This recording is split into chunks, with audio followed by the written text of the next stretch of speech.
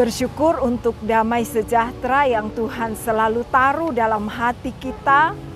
Setiap hari Tuhan menjaga kita di dalam kekuatan kuasa-Nya, menjaga kita dalam kemurahan-Nya.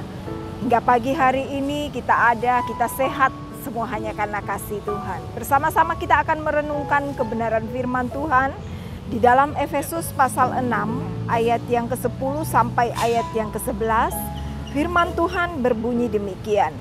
Akhirnya hendaklah kamu kuat di dalam Tuhan, di dalam kekuatan kuasa-Nya. Kenakanlah seluruh perlengkapan senjata Allah, supaya kamu dapat bertahan melawan tipu muslihat iblis. Puji Tuhan. Kita bersyukur untuk kekuatan yang Tuhan berikan di dalam kehidupan kita hari demi hari. Tuhan selalu memberi kekuatan baru di dalam kehidupan kita. Ya, sumber kekuatan kita itu hanya Tuhan. Di dalam pembacaan kita tadi dikatakan hendaklah kamu kuat di dalam Tuhan, di dalam kekuatan kuasa-Nya. Ada kekuatan kuasa Tuhan yang selalu menyertai kehidupan kita setiap hari, setiap saat. Dan firman Tuhan ini berkata, hendaklah kamu kuat. Mengapa kita harus selalu kuat di dalam menghadapi kehidupan ini? Tuhan sudah taruh kekuatannya di dalam hidup kita. Tapi Tuhan berkata, hendaklah kamu selalu kuat. Mengapa? Karena banyak hal yang bisa menggoncangkan iman kita ketika kita berada di dalam perjalanan iman kita di dalam dunia ini.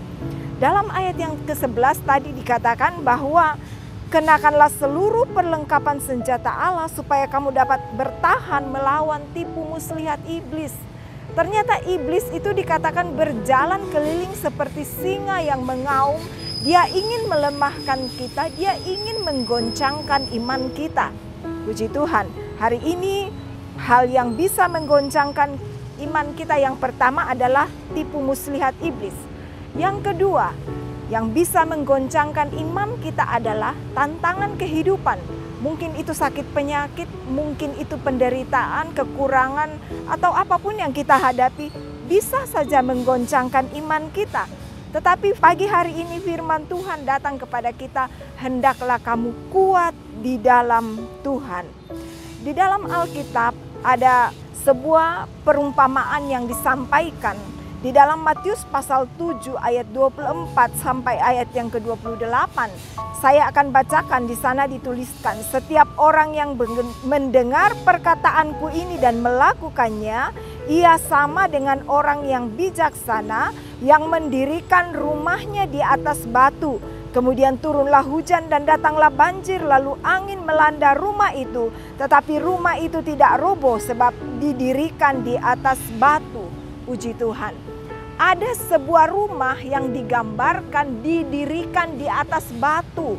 Ketika goncangan datang, angin datang, banjir datang, dikatakan rumah itu tidak roboh. Kenapa? Karena pondasinya kuat, yaitu dikatakan didirikan di atas batu. Jadi iman yang tidak tergoncangkan, yang tetap kuat di tengah segala situasi kehidupan adalah iman yang dibangun di atas batu.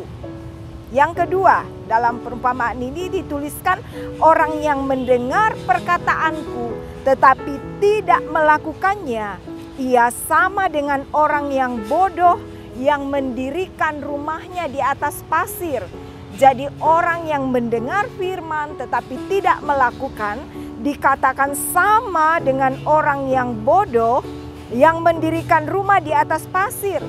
Kemudian tantangan kehidupan datang. Datanglah banjir, turunlah hujan, lalu angin melanda rumah itu. Tantangannya luar biasa, angin, hujan, banjir. Tetapi dari segala segi sepertinya dikepung oleh situasi yang bisa meruntuhkan iman. Tetapi dikatakan bahwa rumah yang dibangun di atas pasir mengalami kerusakan yang hebat. Bapak Ibu Saudaraku yang dikasihi Tuhan, biarlah iman kita itu dibangun di atas batu. Ketika tantangan datang, persoalan datang, ujian kehidupan datang, bangunan rumah kita, iman kita tetap kokoh, tetap kuat dan tidak mengalami kerugian.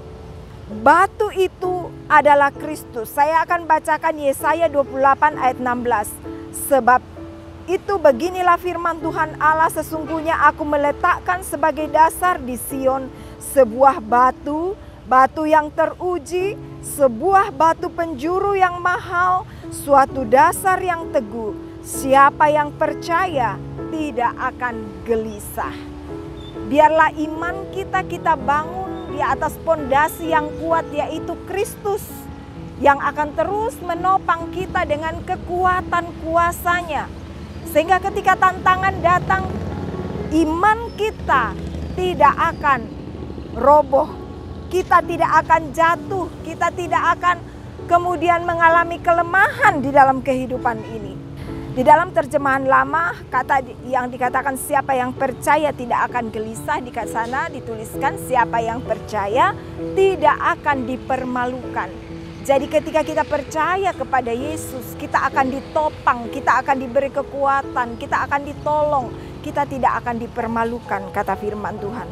Saya akan bacakan ayat yang terakhir di dalam Roma 10 ayat 11. Karena kitab suci berkata, barang siapa yang percaya kepada Dia tidak akan dipermalukan. Puji Tuhan. Barang siapa yang percaya kepada Yesus Kristus dalam menjalani kehidupan di dunia ini, meskipun banyak persoalan, kita tidak akan dipermalukan. Kita akan diberikan kekuatan, kita akan diberi jalan keluar. Karena Tuhan sudah berjanji lewat firman-Nya, Dia akan memberi kita kekuatan. Tetap kuat, tetap semangat, tetap setia, bertekun sampai akhir, karena ada mahkota kemuliaan yang Tuhan sudah sediakan bagi kita. Puji Tuhan, mari kita berdoa bersama-sama. Terima kasih Tuhan untuk hari ini, hari yang luar biasa. Engkau sediakan bagi kami kekuatan baru, Engkau menopang kami dengan sukacita dan damai sejahtera-Mu. Biarlah dalam menjalani kehidupan di tengah-tengah dunia ini, Tuhan terus menuntun kami dengan kekuatan kuasa-Mu. Kami tahu tetap ada badai persoalan, ada hujan, ada angin, ada banjir yang sepertinya ingin merobohkan bangunan iman kami. Tapi hari ini kami sudah mendengar firman-Mu. Ketika iman kami dasarkan di atas batu, di atas Yesus Kristus.